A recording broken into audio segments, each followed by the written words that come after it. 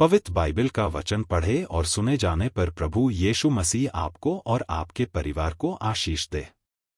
पवित्र बाइबल प्रेरितों के काम की पुस्तक का 18 अध्याय वचन 1 से 28 यह कहता है। वचन 1 इसके बाद पौलुस अथेने को छोड़कर कुरिन्थुस में आया।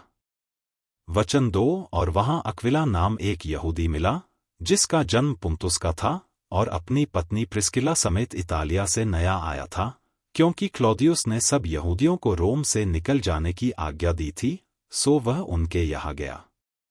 वचन 3 और उसका और उनका एक ही उद्यम था, इसलिए वह उनके साथ रहा और वे काम करने लगे और उनका उद्यम तंबू बनाने का था। वचन 4 और वह हर एक सप्त के दिन आराधनालय में वाद विवाद करके यहूदियों और यूनानियों को भी समझाता था। वचन 5 जब सीलास और तीमुथियुस मकिदुनिया से आए तो पौलुस वचन सुनाने की धुन में लगकर यहूदियों को गवाही देता था कि यीशु ही मसीह है। वचन 6 परंतु जब वे विरोध और निंदा करने लगे तो उसने अपने कपड़े झाड़कर उनसे कहा, तुम्हारा लोहू तुम्हारी गर्दन पर रहे, मैं निर्दोष हूं, अब से मैं अन्य जातियों के पास जाऊंगा। वचन 7 और वहां से चलकर वह तितुस युस्तुस नाम परमेश्वर के एक भक्त के घर में आया, जिसका घर आराधनालय से लगा हुआ था। वचन 8 तब आराधनालय के सरदार क्रिस्पुस ने अपने सारे घराने समेत प्रभु पर विश्वास किया और बहुत से कुरिन्थी सुनकर विश्वास लाए और बपतिस्मा लिया।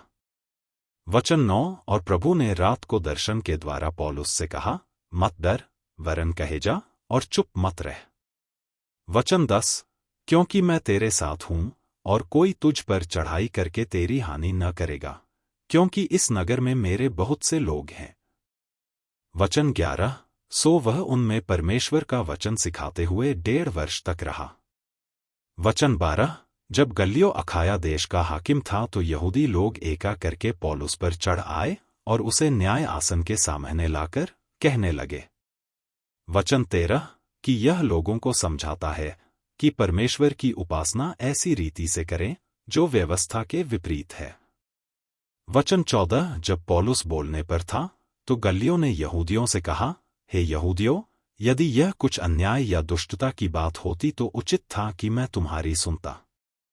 वचन 15 परंतु यदि यह वाद विवाद शब्दों और नामों और तुम्हारे यहाँ की व्यवस्था के विषय में है तो तुम ही जानो, क्योंकि मैं इन बातों का न्यायी बनना नहीं चाहता। वचन 16 और उसने उन्हें न्याय आसन के सामने से निकलवा दिया। वचन 17 तब सब लोगों ने आराधनालय के सरदार सोस्थिनेस को पकड़ के न्याय आसन के सामने मारा, परंतु गल्लियो ने इन बातों की कुछ भी चिंता न की। वचन 18 सो पौलुस बहुत दिन तक वहां रहा, फिर भाइयों से विदा होकर किंख्रिया में इसलिए सिर मुंडाया क्योंकि उसने मन्नत मानी थी, और जहाज पर सूरिया को चल दिया और उसके साथ प्रिस्किला और अक्विला थे। वचन 19 और उसने इफिसुस में पहुंचकर उनको वहां छोड़ा और आप ही आराधनालय में जाकर यहूदियों से विवाद करने लगा। वचन 20 जब उन्होंने उससे विनती की कि हमारे साथ और कुछ दिन रह, तो उसने स्वीकार न किया। वचन 21 परंतु यह कहकर उनसे विदा हुआ कि यदि परमेश्वर चाहे तो मैं तुम्हारे पास फिर आऊंगा। वचन 22 तब इफिसुस से जहाज खोलकर चल दिया और कैसरिया में उतरकर यरूशलेम को गया और कलीसिया को नमस्कार करके अंताकिया में आया। वचन 23 फिर कुछ दिन रहकर वहां से चला गया और एक ओर से गलतिया और फ्रूगिया में सब चेलों को स्थिर करता फिरा। वचन 24 अपुल्लोस नाम एक यहूदी जिसका जन्म सिकंदरिया में हुआ था, जो विद्वान पुरुष था और पवित्र शास्त्र को अच्छी तरह से जानता था, इफिसुस में आया। वचन 25 उसने प्रभु के मार्ग की शिक्षा पाई थी और मन लगाकर यीशु के विषय में ठीक ठीक सुनाता और सिखाता था, परंतु वह केवल यूहन्ना के बपतिस्मा की बात जानता था।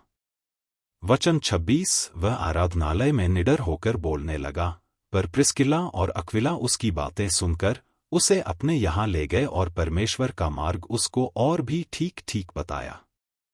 वचन 27 और जब उसने निश्चय किया कि पार उतरकर अखाया को जाए तो भाइयों ने उसे ढांस देकर चेलों को लिखा कि वे उससे अच्छी तरह मिले, और उसने पहुंचकर वहां उन लोगों की बड़ी सहायता की जिन्होंने अनुग्रह के कारण विश्वास किया था। वचन 28, क्योंकि वह पवित्र शास्त्र से प्रमाण दे देकर कि यीशु ही मसीह है, बड़ी प्रबलता से यहूदियों को सबके सामने निरुत्तर करता रहा। यदि आप विश्वास करते हैं तो यह वचन सभी विश्वासियों को भेजें और इस चैनल को प्रभु यीशु मसीह के नाम से सब्सक्राइब करें और आशीष प्राप्त करें। धन्यवाद।